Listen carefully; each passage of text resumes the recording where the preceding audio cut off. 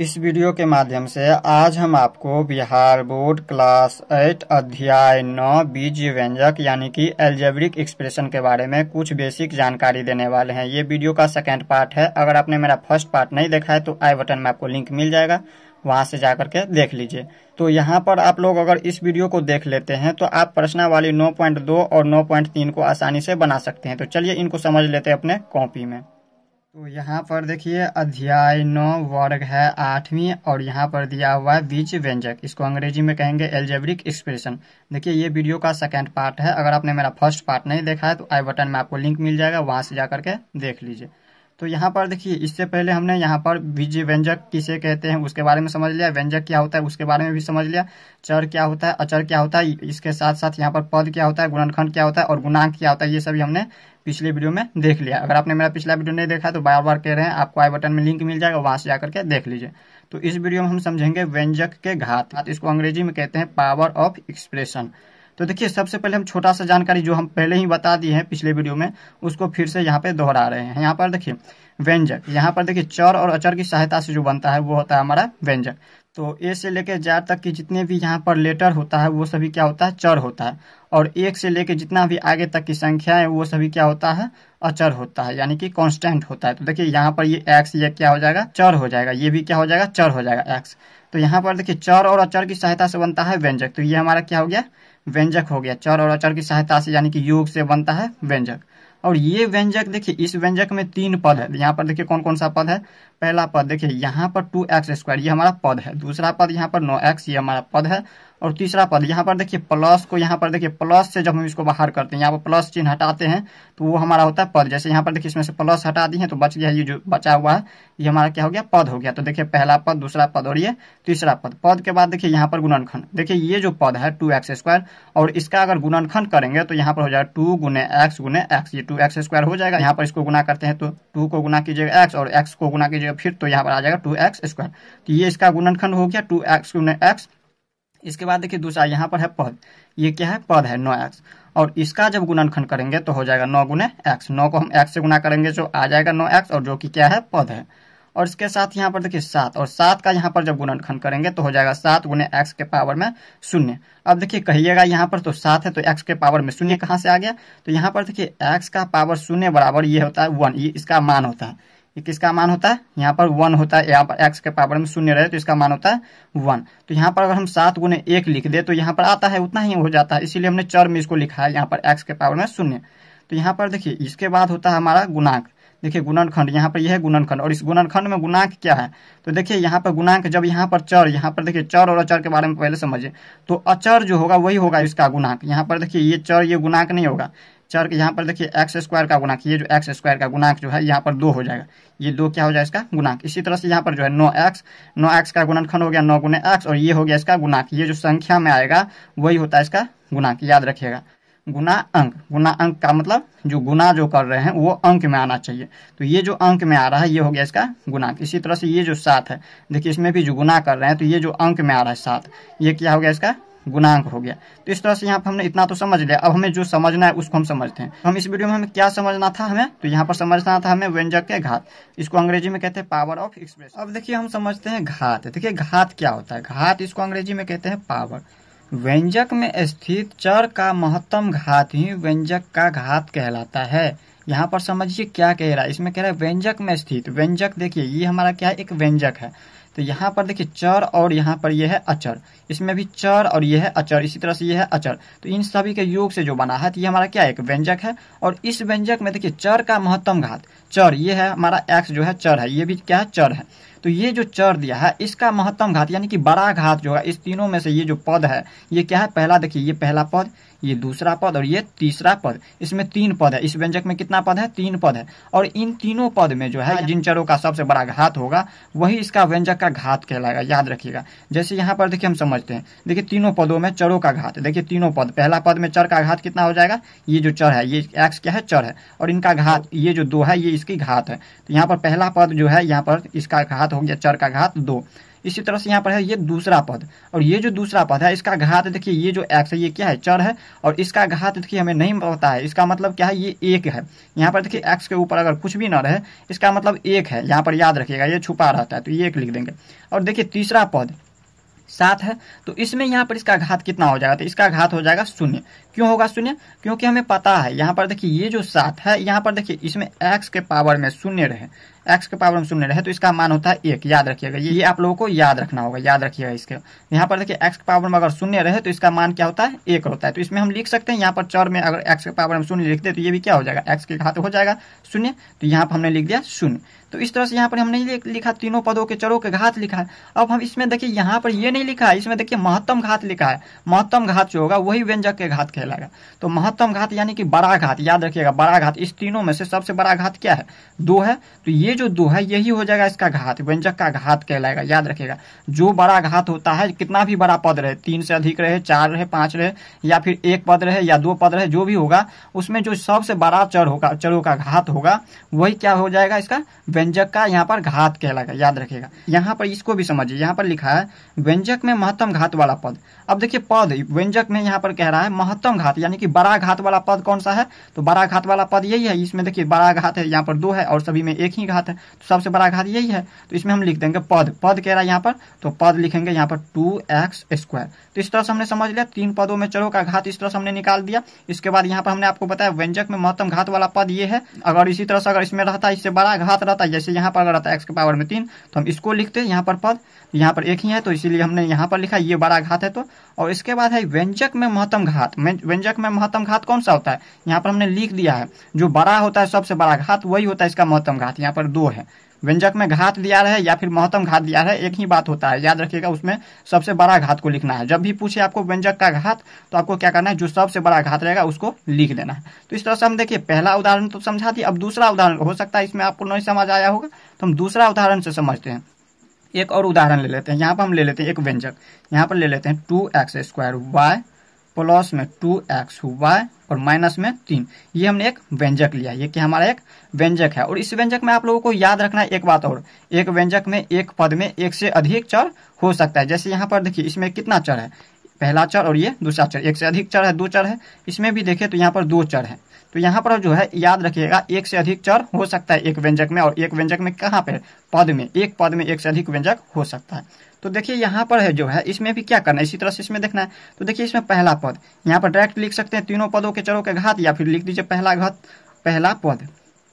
पहला पद में यहाँ पर देखिए, यहाँ पर क्या है, पहला पद जो है यहाँ पर क्या है, 2x² y, 2x² y ये दिया है। और इसमें अगर यहाँ पर देखिए चरों की घात, पहला पद में चरों की घात देखे तो कितना है, यहाँ पर देखिए ये है चरों की घात, ये 2 है पहला, और दूसरा देखिए यहाँ पर y के पावर में अगर कुछ भी नहीं, इसका मतलब 1 है।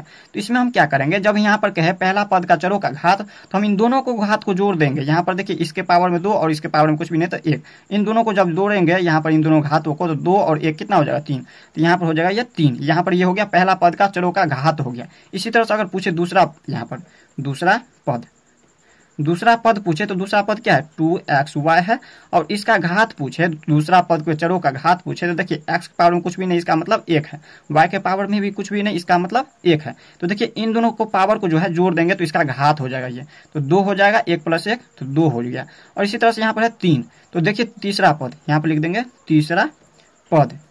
तीसरा पद क्या है, 3, और 3 के यहाँ पर देखिए लिख देंगे 3 है तो यहाँ पर लिख देंगे 3 तीसरा पद, और इसका घात कितना हो जाएगा, तो यहाँ पर 0 हो जाएगा, क्योंकि हमें पता है यहाँ पर देखिए, यहाँ पर अगर कुछ भी नहीं आगे तो इसमें हम लिख सकते हैं x के पावर में 0।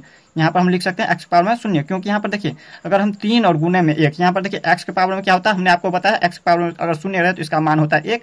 तो अगर हम यहाँ पर 1 दे, 3 को गुना में 1 कर दे तो वही हो जाएगा, इसका आंसर वही 3 हो जाएगा। इसीलिए हमने यहाँ पर लिख दिया है x के पावर में 0, यहाँ पर 1 की जगह पर, तो यहाँ पर इसका घात हो गया 0। तो हमने आपको क्या बताया, यहाँ पर जो है ये क्या होता है, देखिए व्यंजक में स्थित चर का महत्तम घात ही व्यंजक का घात कहलाता है। अगर आपको पूछे इस व्यंजक में महत्तम घात क्या है, या फिर डायरेक्ट पूछे जो इसका घात क्या होगा, तो आपको क्या बताना है, सबसे बड़ा क्या है इस तीनों पद में, तो सबसे बड़ा पद यहाँ पर है, देखिए पहला पद जो है ये, इसी में यहाँ पर इसका घात है 3 है, और सभी क्या छोटा है इनसे, तो हम लिखेंगे 3। यहाँ पर इसका महत्तम घात क्या लिख देंगे, 3, या फिर डायरेक्ट कहे व्यंजक का घात, तो व्यंजक का घात कहेंगे हम 3। तो इस तरह से हमने 2 उदाहरण के माध्यम से आपको समझाया। अब हम इससे आगे समझते हैं।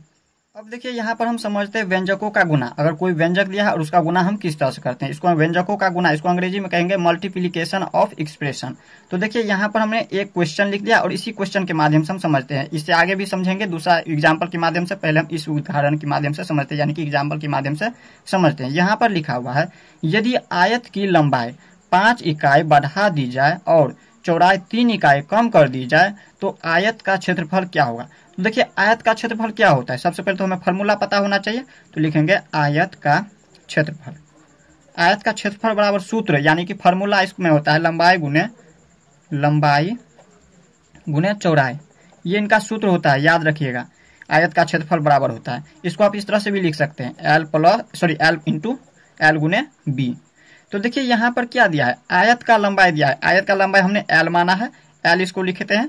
तो एल में जो देखिए यहाँ पर लंबाई 5 इकाई बढ़ा दी एल में, यहाँ पर एल जो है ये लंबाई जो है, इस लंबाई 5 इकाई क्या किया जा रहा है, बढ़ा दिया जा रहा है। बढ़ाने का मतलब इसमें क्या करेंगे, हम जोड़ देंगे आगे, यहाँ पर हम जोड़ देंगे। तो ये हमारा क्या हो गया, ये क्या हो गया, यहाँ पर इसकी लंबाई निकल गया। और इसी तरह से यहाँ पर कह रहा है और चौड़ाई में जो है 3 इकाई कम कर दी जा रही है। चौड़ाई क्या है, चौड़ाई हमने बी माना है। तो यहाँ पर लिखेंगे, इसमें लिख देते हैं आयत का लंबाई। आयत का लंबाई एल इंटू बी होता है। तो यहाँ पर आयत का लंबाई निकला है एल प्लस 5 और आयत का चौड़ाई बराबर क्या हो जाएगा, आयत का चौड़ाई बी होता है तो बी, तो यहाँ पर लिख देंगे बी। और इसमें देखिए बी में जो है यहाँ पर 3 इकाई क्या हो रहा है, कम हो रहा है, यानी कि घट रहा है। इसमें 3 क्या है, घट रहा है। तो यहाँ पर ये हो गया आयत की लंबाई और आयत की चौड़ाई हमें पता चल चुका है। तो हम यहाँ पर निकालेंगे आयत का क्षेत्रफल, कह रहे हैं आयत का क्षेत्रफल निकालिए। और आयत का क्षेत्रफल होता है लंबाई गुने चौड़ाई। तो लंबाई इसका क्या निकला है, एल प्लस 5। तो यहाँ पर लंबाई की जगह पर लिख देंगे एल प्लस में 5, कोष्ठ में बंद कर दीजिए। और इंटू में यहाँ पर गुना का चिन्ह है तो गुना का चिन्ह दीजिए। और यहाँ पर लिखेंगे, देखिए चौड़ाई क्या है, यहाँ पर सूत्र से चौड़ाई है b-3, निकला हुआ है b-3।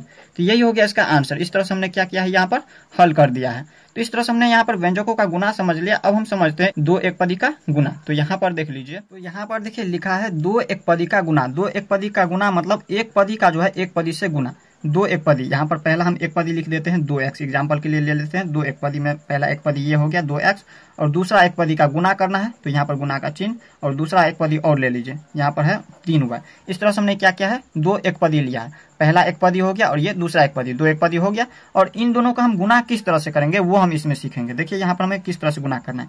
जब इस तरह से यहाँ पर व्यंजक दिया रहे एक पदी और यहाँ पर 2 को व्यंजक दिया रहे एक पदी वाला, तो हम किस तरह से इसको गुना करेंगे। तो देखिए गुना करना है किस तरह से, देखिए यहाँ पर जो है संख्या वाले, ये दोनों क्या है संख्या में, तो इन संख्याओं को इस तरह से लिख देना है 2 और गुना में लिख देना है 3। इस तरह से हमने लिख दिया और इसको कोष्ठ में बंद कर दीजिए। और देखिए इसमें है इंटू में क्या करेंगे, x है इसमें तो लिख देंगे x, और इंटू में गुने में लिख देंगे y। इस तरह से इसको क्या करेंगे, हल करेंगे। अब देखिए 3 को 2 से गुना करेंगे, 3 दूनी के 6, और इसमें x को गुना करना है y से। तो ये देखिए अलग अलग पद है, यहाँ पर ये असमान पद है, दोनों समान नहीं है। जब इनकी चर समान हो तब जाकर ये होता है समान पद, तो ये असमान पद है तो हम क्या करेंगे, इसमें लिख देंगे x y। इस तरह से हम क्या करेंगे, हल कर देंगे। तो ये हो गया हमारा। इस तरह से हम एक पदी को गुना करते हैं। दूसरा उदाहरण के माध्यम से समझते हैं। दूसरा उदाहरण ले लेते हैं इसी तरह से, मान लीजिए यहाँ पर हम ले लेते हैं 5x, ये एक पदी है, और इसी तरह से दूसरा एक पदी को गुना करना है। दूसरा एक पदी हम ले लेते हैं 2x²। इस तरह से हमने क्या किया, 2 एक पदी ले लिया। तो इसको हम गुना किस तरह से करेंगे, तो देखिए गुना किस तरह से करना है, इसको अगर आप लोग समझ जाते हैं तो प्रश्नावली 9.2 बनाने में आसानी हो जाएगा, याद रखिएगा। तो देखिए सबसे पहले क्या करेंगे, हम इन संख्याओं को, या तो फिर आप चाहे तो इस तरह से भी कर सकते हैं। एक बार और इसमें देखिए एक स्टेप और बढ़ा दीजिए। यहाँ पर क्या करना है, 5x को हम 5 गुने x लिख सकते हैं, 5 गुने x लिख सकते हैं। और इसके बाद गुना है तो गुना, और 2x² को क्या लिख सकते हैं, 2 गुने x²। x² मतलब x कितनी बार है, 2 बार, तो हम 2 बार x को लिख देंगे, एक बार, और ये एक बार। अब देखिए यहाँ पर हम क्या करेंगे, संख्याओं वालों को एक साथ लिख देंगे। देखिए ये है संख्या में 5, और इसके बाद यहाँ पर गुना में है 2, तो गुना में 2 लिख दीजिए। और यहाँ पर देखिए x कितनी बार है, यहाँ पर देखिए जब भी गुना में दिया रहे, याद रखिएगा, जब इसको जोड़ते हैं, जब यहाँ पर x को जोड़ेंगे, इन तीनों को x को जोड़ेंगे तो यहाँ पर हो जाएगा 3x, याद रखिएगा। और अगर हम गुना करते हैं, इसमें क्या हो रहा है, गुना हो रहा है, और गुना जब करते हैं तो इसमें देखिए x के पावर में कुछ भी नहीं, इसका मतलब 1 है, इसमें भी 1 है, और इसमें भी 1, कुछ भी नहीं दिया रहता है, इसका मतलब पावर में 1 रहता है। तो देखिए इसमें जब हम गुना करेंगे तो इसका पावर जो है आपस में जुट जाता है। x तीनों में है तो यहाँ पर हम क्या करेंगे, जब समान पद है ना, तीनों में जब तीनों का चर समान हो तो हमारा समान पद होता है। तो समान पद है, ये तीनों में चर समान है तो ये समान पद हो गया। तो तीनों में हम x लिख दिए तीनों के लिए, और यहाँ पर इसका पावर में 1 है, 1 है और 1 है, तो तीनों 1 को जोड़ दीजिए। तो यहाँ पर 1 + 1, 1 + 1 + 1, और इनको जोड़ेंगे तो कितना हो जाएगा, 5 दूनी के 10 और x के पावर में कितना हो जाएगा 1, 1 2 और 1 3। तो ये हो गया इसका आंसर। तो इस तरह से क्या करना है आपको, गुना करना है। जब भी यहाँ पर दो एक पदी दिया हो, ये एक पदी है, ये भी एक पदी है, दो एक पदी है, पहला एक पदी और ये दूसरा एक पदी, तो दो एक पदी दिया है तो इनको गुना किए हैं तो आ गया है कितना 10x³। इस तरह से आ गया। अब हम समझते हैं तीन एक पदी का गुना करना है। यहाँ पर दो ही एक पदी है, अब हम तीन एक पदी का गुना किस तरह से करेंगे। जैसे यहाँ पर देखिए तीन एक पदी में पहले हम इसको लिख देते हैं, इसके बाद हम आगे आपको समझाते हैं। अब देखिए हमने लिखा है यहाँ पर तीन एक पदी का गुना करना। तीन ठो एक पदी ले लीजिए, पहला एक पदी ले लीजिए कुछ, यहाँ पर ले लेते हैं 2x, दूसरा एक पदी और कुछ ले लीजिए तो हम यही ले लेते हैं 3y, दूसरा एक पदी हो गया, और तीसरा एक पदी ले लीजिए, तीसरा एक पदी और कुछ ले लीजिए, यहाँ पर हम ले लेते हैं 2z। इस तरह से हमने क्या किया, यहाँ पर तीसरा एक पदी ले लिया। इसमें तीन ठो एक पदी है, ये पहला एक पदी, ये इसी के बाद दूसरा एक पदी और ये तीसरा एक पदी, तीनों एक पदी को हम क्या करेंगे, गुना करेंगे। तो गुना हम किस तरह से करेंगे, तो सबसे पहला हमने क्या बताया आपको, यहाँ पर क्या करना है, इसका गुणनखंड करना है। गुणनखंड हम किस तरह से करते हैं, यहाँ पर लिखेंगे 2x को हम 2 गुने x लिख सकते हैं, इसके बाद गुना है तो गुना लिखिए। 3y को आप लिख सकते हैं 3 गुने y, और इसके बाद देखिए गुना है तो गुना लिखिए, और 2z को आप क्या लिख सकते हैं, 2 गुने z लिख सकते हैं इस तरह से। और इसके बाद हम क्या करेंगे, इसमें संख्या वाले को एक साथ कर लीजिए। यहाँ पर संख्या में है ये 2 और इसके बाद गुना का चिन्ह, और ये 3 है तो लिख दीजिए 3, और गुने में ये 2 है तो 2 लिख दीजिए। और इसके साथ अब क्या करना है, पहले x है तो यहाँ पर लिख दीजिए x, और इसके बाद देखिए दूसरा अब x नहीं है तो हम x को क्या करेंगे वैसे ही छोड़ देंगे अब, और इसके बाद लिख देंगे गुना में y है तो y, और गुना में ये z है तो z, इस तरह से लिख देंगे। अब हम गुना कर देंगे। देखिए जब समान पद रहता है तो क्या होता है, आपस में यहाँ पर पावर जुड़ जाता है। अगर यहाँ पर असमान पद रहता है तो वैसे को वैसे हम लिख देते हैं। तो देखिए 2 तिया का 6 और 6 को हम 2 से गुना करेंगे तो 12, तो ये हो गया 12 जब इसको गुना किए तो। और इसमें x, y और z को गुना करेंगे, अलग अलग पद है, ये असमान पद है तो हम लिख देंगे x, y, z। ये हो गया इसका आंसर। अब हम दूसरा एग्जाम्पल के माध्यम से समझते हैं। दूसरा यहाँ पर हम ले लेते हैं, जैसे हम कुछ और ले लें, यहाँ पर लिख लेते हैं 3 पद। पहला पद हम ले लिए 5x गुने, दूसरा पद ले लेते हैं 2x² y, और तीसरा पद ले लेते हैं 6y। इस तरह से हमने क्या किया है, 3 पद ले लिया यहाँ पर एक पदी, 3 ठो एक पदी है, पहला एक पदी और ये दूसरा एक पदी यहाँ पर, और ये है तीसरा एक पदी। तो देखिए हम इसमें भी क्या करेंगे, पहले तो हम एक बार इस तरह से कर सकते हैं, 5x को हम 5 गुने x लिख सकते हैं। ये जब हम इस तरह से लिखते हैं तो ये हमारा गुणनखंड होता है, याद रखिएगा। और इसको जब हम गुना करने पर जो प्राप्त होता है हमारा गुणनफल होता है, याद रखिएगा। गुना करने पर जो फल प्राप्त होता है वही होता है गुणनफल। तो देखिए इसके बाद हम गुना का चिन्ह, और 2x² को हम क्या लिख सकते हैं, 2 गुने x² मतलब x को 2 बार लिख देंगे हम, तो हो जाएगा x²। और y है तो गुना में तो y लिख दीजिए, और गुना में 6 है तो 6, और गुना में ये y है तो y लिख दीजिए। अब यहाँ पर देखिए इसमें हम क्या करेंगे, संख्या वाले को एक साथ कर लेंगे। तो इसमें संख्या में क्या है, 5 गुने 2 और गुने 6। और इसके बाद हम क्या कर सकते हैं, इसको क्वेश्चन बंद कर दीजिए। चाहे तो आप वैसे भी छोड़ सकते हैं, क्वेश्चन में नहीं भी बंद करिएगा तो चलेगा, कोई बात नहीं। यहाँ पर देखिए इसमें क्या करना है, इसमें x, यहाँ पर भी x, और इसमें 3x है तो यहाँ पर हम लिख सकते हैं x गुने x, और इसके बाद क्या लिख सकते हैं, इसके बाद क्या है y है 2 बार, तो y लिख दीजिए 2 बार इस तरह से। अब हम क्या करेंगे, इसमें गुना करेंगे। तो देखिए 5 दूनी के 10, 10 हो गया, और 10 को हम 6 से गुना करेंगे तो 60। और यहाँ पर देखिए तीनों क्या है, समान पद में है, जब चर तीनों के समान है तो समान पद हो गया। तो यहाँ पर क्या करेंगे, हम x को x से गुना करेंगे, फिर x से गुना करेंगे। तो इसमें पद जो है यहाँ पर देखिए इसके पावर में 1, इसके भी पावर में 1, इसके भी पावर में 1 जब नहीं दिया है इसका मतलब एक पावर छुपा हुआ है। जब गुना हम इसमें करते हैं तो इसका पावर क्या होता है, आपस में जुड़ जाता है। यहाँ पर x है तो x लिख दीजिए, और पावर में जुड़ जाएगा तो 1 2 3 हो जाएगा, पावर में तो डायरेक्ट लिख दीजिए 3। और यहाँ पर देखिए y के पावर में, यहाँ पर देखिए ये दोनों क्या है, समान पद है, तो समान पद में पावर यहाँ पर क्या होगा, पावर जुड़ जाएगा, तो यहाँ पर हम लिख देंगे y के पावर में 2। यही क्या हो गया इसका आंसर। तो यहाँ पर हमने ये भी समझ लिया। अब हम समझ लेते हैं इनसे आगे। अब देखिए यहाँ पर एक पदी का द्विपद से गुना करना। देखिए यहाँ पर एक पदी दिया रहे और उसको द्विपद से गुना करना है, तो किस तरह से करेंगे। एक पदी कोई ले लीजिए पहले, सबसे पहले तो यहाँ पर ले लिए 2y। ये 2y क्या है, एक पदी है, इसमें एक ही पद है।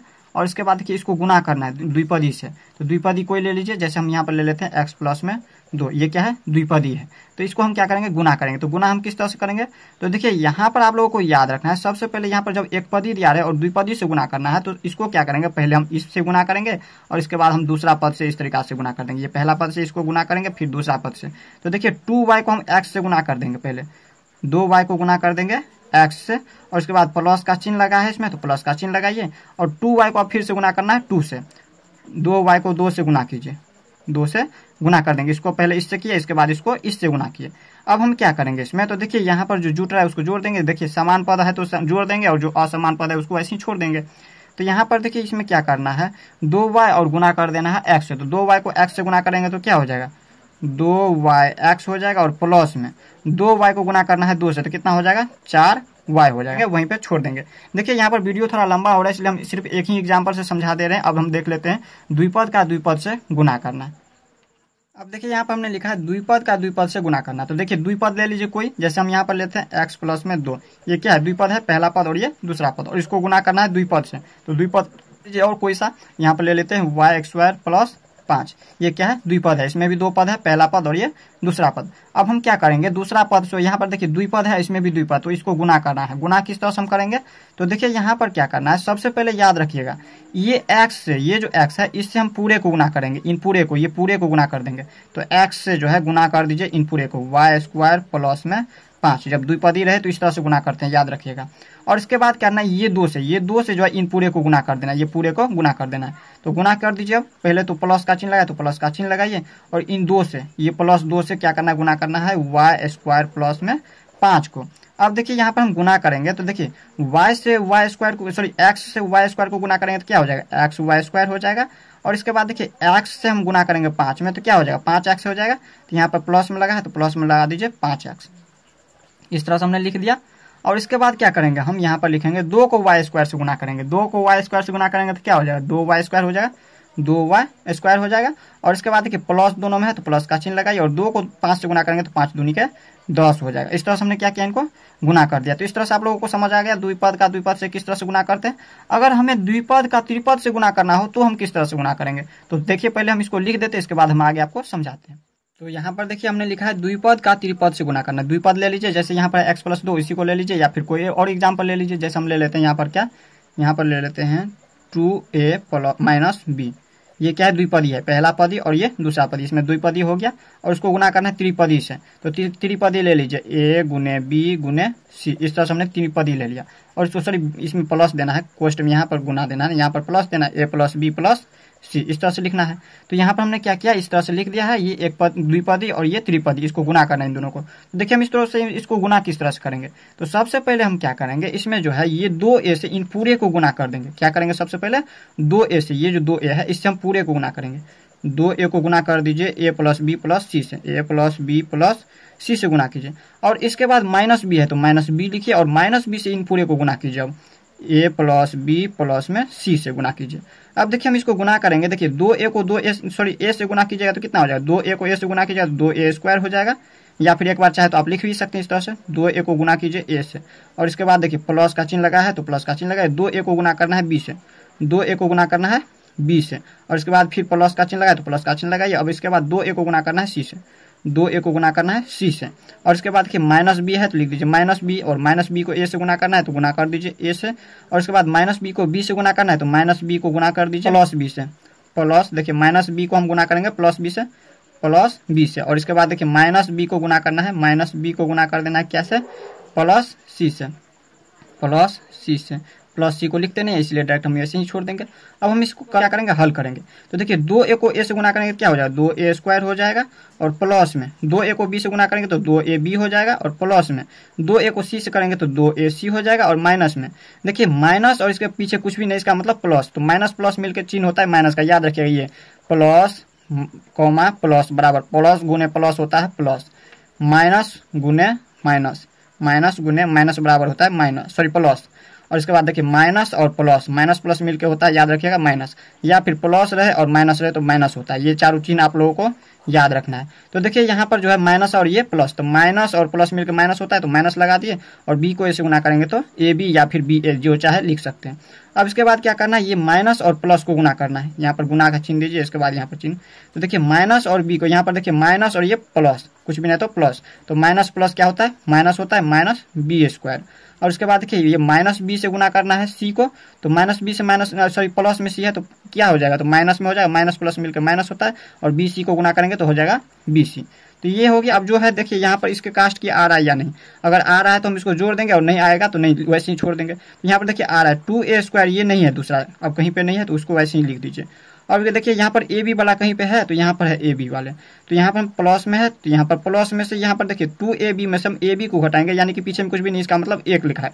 तो 2ab में से 1ab को घटा देंगे तो सिर्फ बच जाएगा 1ab। तो 1ab को लिखते नहीं है तो हम डायरेक्ट लिख देंगे प्लस में ab लिख दिए। चिन्ह ज्यादा बड़ा, चिन्ह किसका था, प्लस का, तो प्लस का चिन्ह लगाए है पीछे। और इसके बाद देखिए प्लस लगा है तो प्लस का चिन्ह लगाइए। 2ac, ac वाला है नहीं तो वैसे लिख दीजिए 2ac। और इसके बाद देखिए यहाँ पर बी स्क्वायर और bc बच गया है तो इसको वैसे ही लिख दीजिए। यहाँ पे लिख देंगे माइनस में बी स्क्वायर है और इसके बाद माइनस में bc। ये क्या होगा इसका आंसर। तो इस तरह से हमने यहाँ पर द्विपद का त्रिपद से गुना करना इस तरह से हमने सीख लिया। अगर आप लोग इतना समझ गए होंगे तो आप लोग प्रश्नावली 9.2 और 3 को आसानी से बना सकते हैं। तो अगर आप लोगों को नहीं बने तो नेक्स्ट वीडियो में हम लोग बता देंगे इससे आगे। तो मिलते हैं नेक्स्ट वीडियो में, तब तक के लिए गुड बाय।